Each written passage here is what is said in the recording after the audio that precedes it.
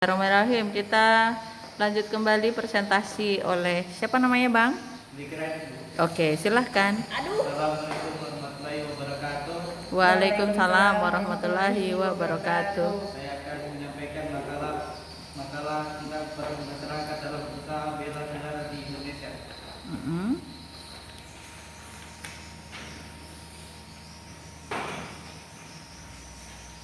Latar belakang.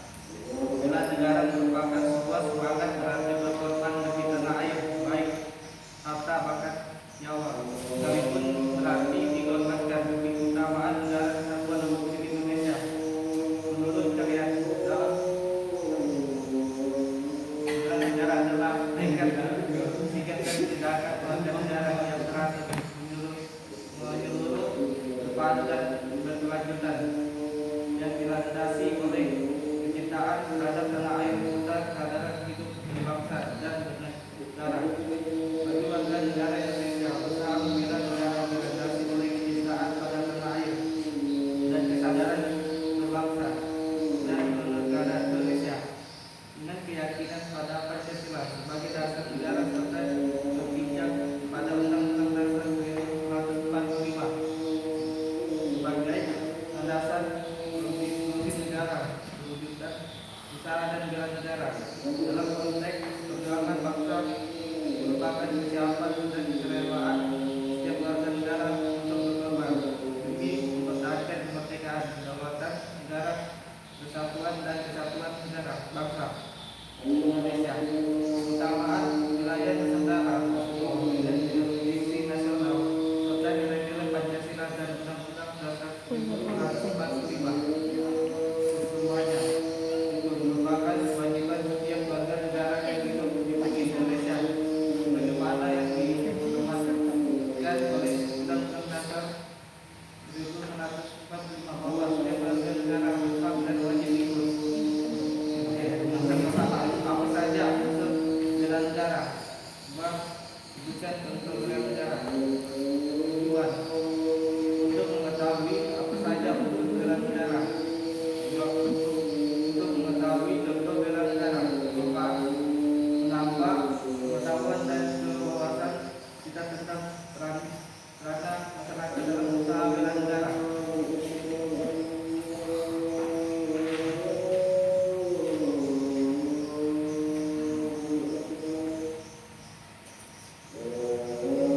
Oke, cukup? Masih ada? Ya, lanjut. Ya. Menjawab urusan masalah. Satu, unsur dasar bela negara. Satu, cinta tanah air. Dua, kesadaran berbangsa dan bernegara. Tiga, yakin akan Pancasila sebagai teknologi negara. Empat, rela berkorban untuk bangsa dan negara. Lima, memiliki kemampuan awal bela negara. Adapun contoh bela negara yaitu melestarikan budaya, belajar dan rajin bagi para pelajar, taat akan hukum dan aturan negara, mencintai produk dalam negeri. Tujuan masyarakat berhak untuk membela negara. Adapun dasar bela negara yaitu cinta tanah air, kesadaran berbangsa dan bernegara, yakin dan Pancasila, rela berkorban dan memiliki kemampuan awal bela negara, dan juga contoh aktif bela negara yaitu melestarikan budaya, belajar dan rajin, taat akan hukum dan mencintai produk dalam negeri. Nah, Lagi. Kesimpulannya, peran masyarakat dalam usaha bela negara sangat vital untuk menjaga kedaulatan, keamanan dan stabilitas Indonesia melalui partisipasi aktif dalam berbagai aspek kehidupan masyarakat, dapat memperkuat netralisme, sosialitas, serta mendukung kemajuan negara secara keseluruhannya dengan adanya kesadaran kolektif untuk menjaga perdamaian, menghargai keberagamaan dan kontribusi pada pembangunan sosial dan ekonomi. Masyarakat Indonesia terus mewujudkan negara yang kuat, aman dan sejahtera. Saran untuk meningkatkan peran masyarakat dalam bela negara adalah dengan terus mengedukasi dan Tiga, pentingnya nilai-nilai nasionalisme, cinta tanah air, serta kesadaran akan tanggung jawab bersama dalam menjaga kedaulatan negara melalui berbagai platform seperti pendidikan, media, dan kegiatan sosial. Oke. Yang kamu sampaikan tadi sehubungan dengan bela negara ya? Ya. Tadi kan ini Bu kasih tambahan aja, bukan sebuah pertanyaan ya Bang. Bela negara itu memang ada di dalam pembelajaran kita di kelas 11 kalau tidak salah. Jadi salah satu yang kamu sebutkan tadi itu rajin belajar untuk para pelajar, gitu kan? Ya. Kira-kira kamu sudah sudah menjadi salah satunya? Oke, rajin belajar. Oke, sebagai pembuktiannya adalah hari ini, ya kan? Kamu berani tampil. Oke, luar biasa Bang Rajib. Disilakan ditutup. Sekian presentasi saya. Assalamualaikum warahmatullahi wabarakatuh. Waalaikumsalam.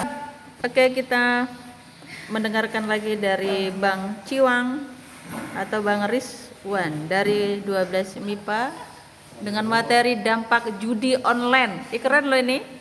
Dampak judi online terhadap remaja. Oke, dipersilakan Bang. Waalaikumsalam warahmatullahi wabarakatuh. Oke, good. Oke. Di sini saya akan menyampaikan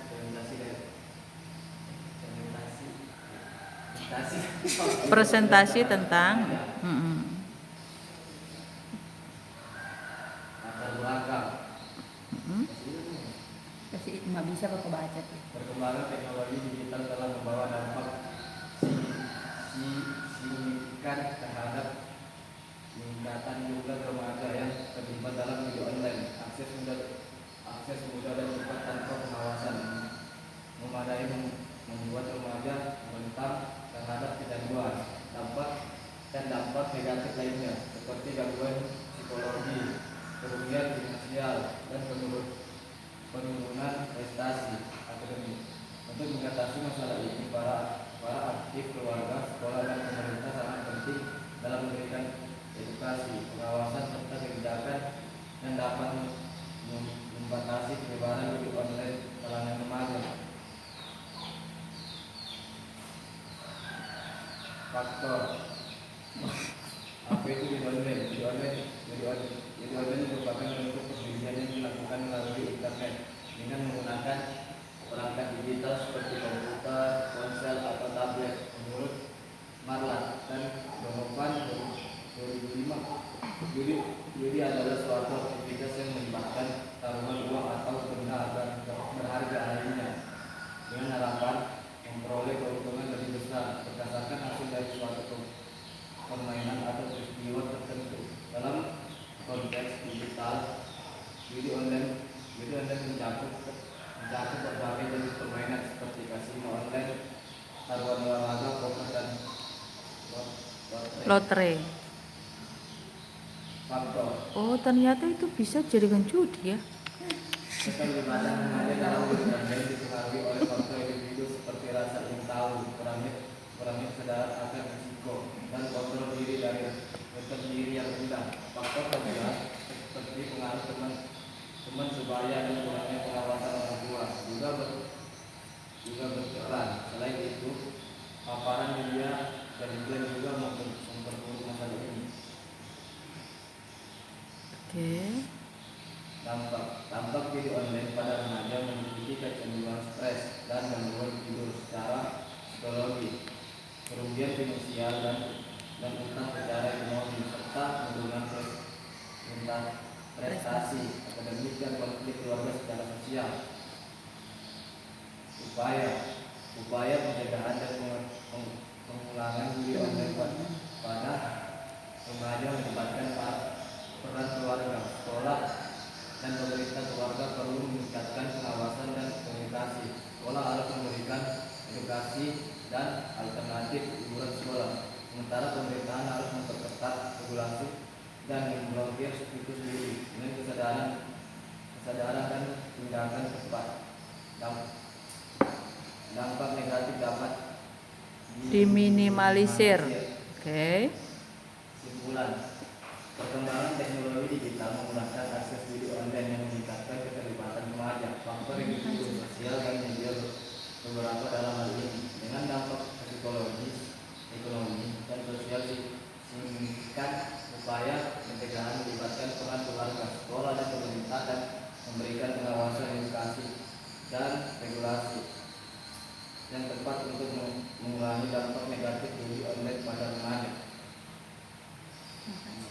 Oke. Terima kasih Bang Ciwang atau Bang Rizwan. Kamu kenapa ngambil Juli? Tapi kamu bukan menceritakan diri kamu kan?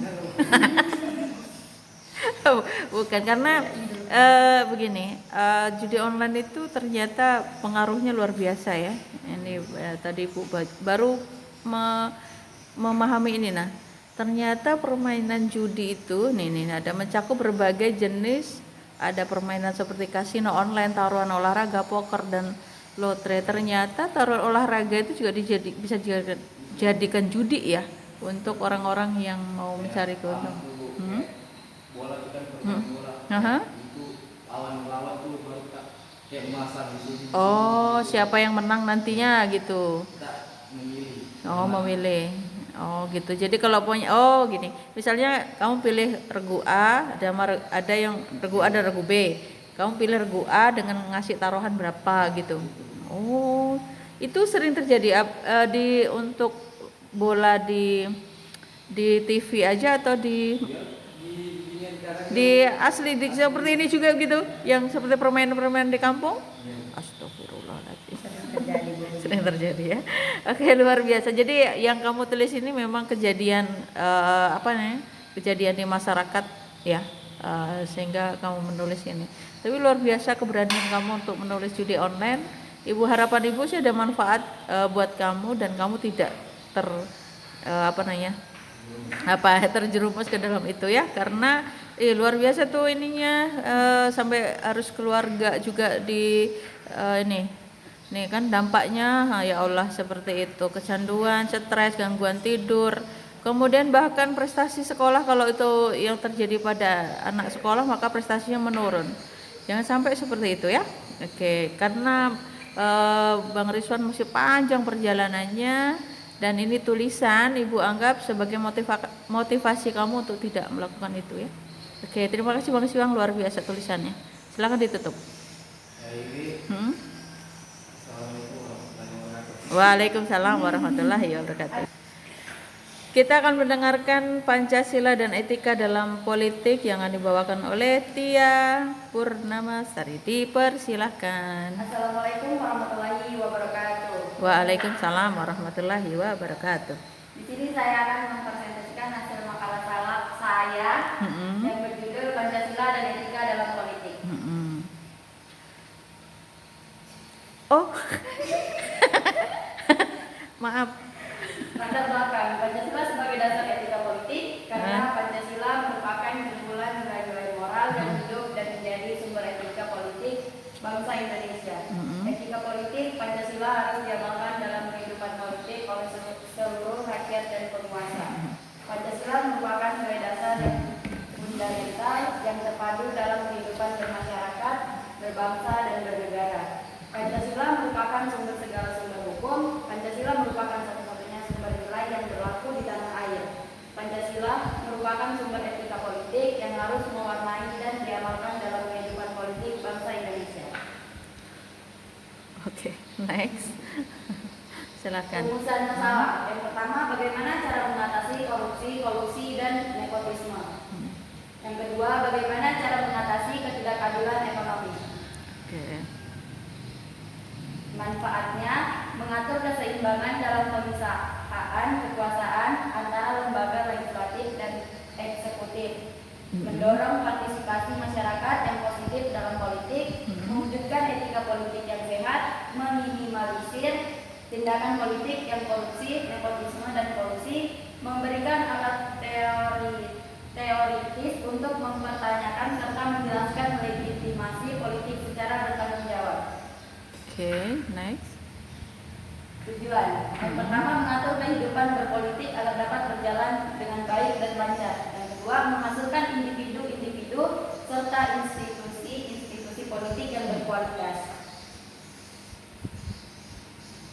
Pembahasan. Di sini saya akan membahas tentang permasalahan yang pertama. Penguatan hukum, memperkuat sarana dan prasarana hukum serta menyempurnakan kelembagaan penegak hukum. Penguatan pengawasan, menerapkan sistem pengawasan yang ketat dan meningkatkan fungsi pengawasan atau kontrol. Penguatan transparansi dalam setiap proses. Oke. Penguatan institusi anti KKN membentuk kebijakan yang jelas dan tegas serta meningkatkan kualitas institusi penegak hukum. Penguatan partisipasi masyarakat memberdayakan peran masyarakat untuk menyuarakan pendapatnya. Penguatan pelayanan publik meratakan pelayanan pada masyarakat secara adil. Penguatan kesejahteraan aparatur negara meningkatkan kesejahteraan aparatur negara atau pejabat negara. Penguatan pendekatan moral melakukan pendekatan moral terhadap aparatur negara atau pihak yang berkuasa. Penerapan sistem merit mengutamakan kualitas kompetensi dan kinerja dalam proses rekrutmen, pengembangan karir, penilaian, insentif, dan disiplin aparatur sipil negara atau ASN. Penegakan sanksi menegakkan sanksi yang tegas terhadap pelaku korupsi sesuai dengan peraturan perundang-undangan yang berlaku. Pembahasan 2, di sini saya akan membahas tentang perumusan masalah yang nomor 2. Yang pertama, meningkatkan akses pendidikan. Pendidikan berkualitas dapat membuka peluang kerja yang lebih baik dan membantu masyarakat mencapai kemandirian finansial. Peningkatan infrastruktur, pembangunan infrastruktur dapat membuka kesempatan kerja baru dan mendorong pertumbuhan ekonomi. Peningkatan layanan kesehatan, peningkatan akses terhadap layanan kesehatan dapat membantu masyarakat mengatasi masalah kesehatan. Oke. Pengembangan kebijakan yang inklusif, dapat memperhitungkan pertumbuhan, penyerapan tenaga kerja, pengurangan kemiskinan, dan memperhatikan lingkungan. Penguatan perdagangan internasional yang adil. Penguatan perdagangan internasional yang adil dapat membantu mengatasi masalah ekonomi.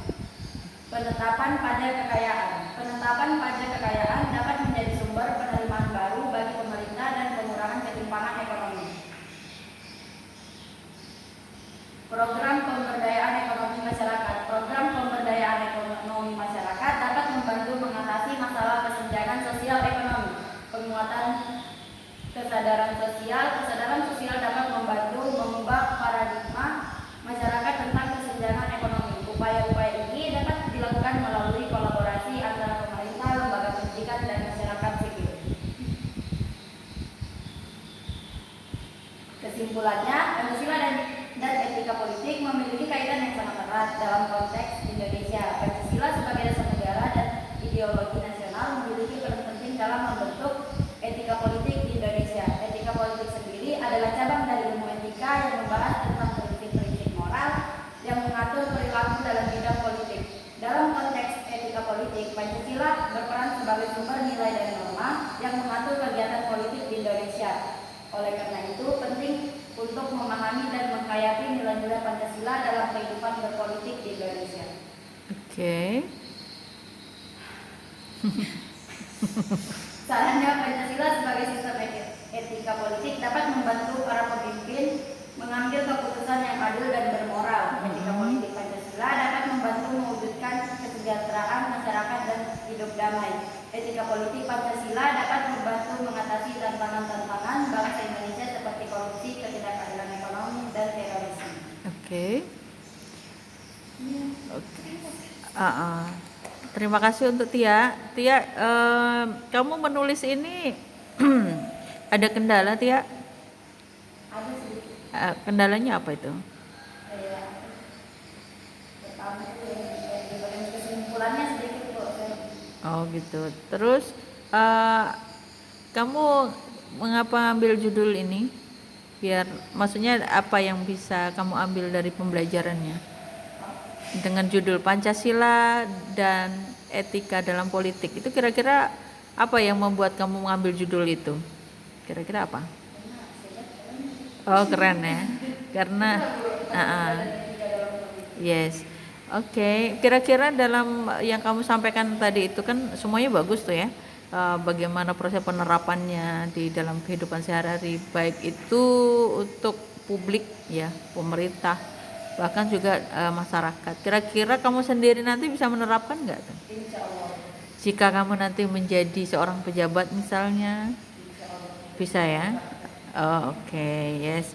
Semoga ini menjadi motivasi kamu juga untuk menjadi jika kamu nanti di kemudian hari terpilih atau menduduki jabatan sebagai orang yang di publik atau pemerintahan atau sebagainya ya.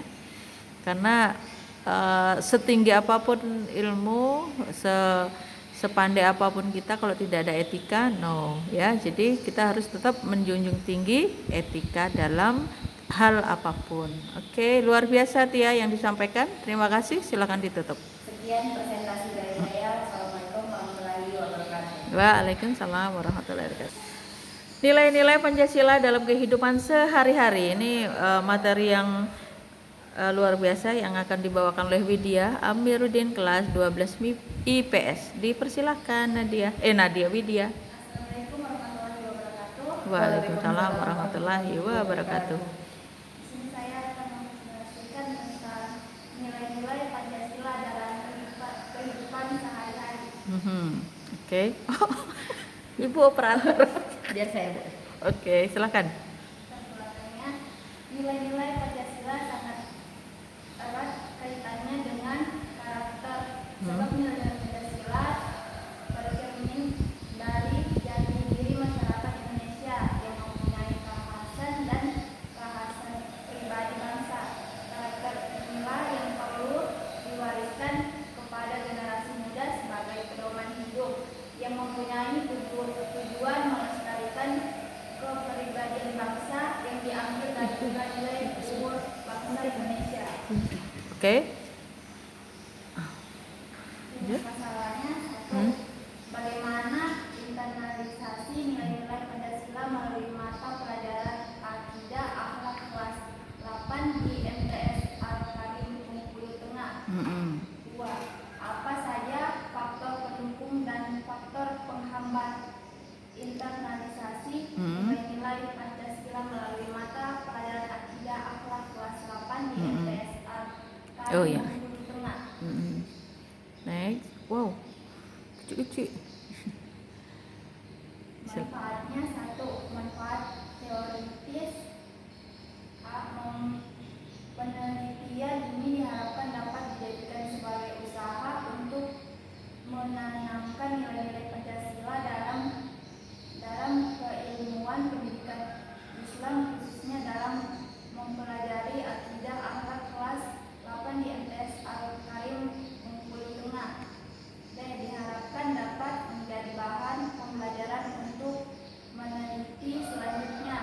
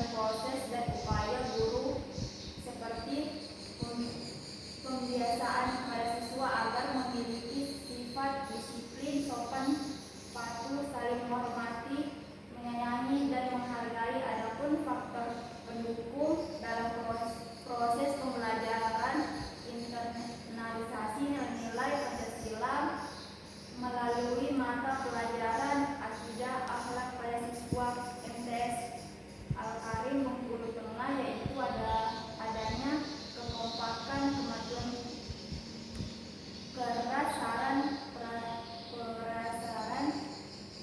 sedangkan faktor penghambat dalam proses pembelajaran yaitu terjadi konflik lingkungan sosial, kondisi keluarga dan tingkat kemampuan siswa. 2. Faktor pendukung, internalisasi nilai Pancasila di semua level pendidikan, pendekatan budaya untuk menjaga dan menguatkan nilai Pancasila, menegakkan hukum terhadap hal-hal yang tidak sejalan dengan nilai-nilai Pancasila. Faktor penghambat, kurangnya peran aktif Institusi pendidikan. dan keluarga dalam membentuk kesadaran nilai Pancasila. Kurangnya pendidikan Pancasila, kurangnya efektifnya pembinaan pembinaan moral yang dilakukan oleh lingkungan, orang tua, sekolah maupun masyarakat. Kurangnya peran pendidikan agama dalam pembentukan sikap remaja, perubahan budaya, perkembangan teknologi informasi dan komunikasi.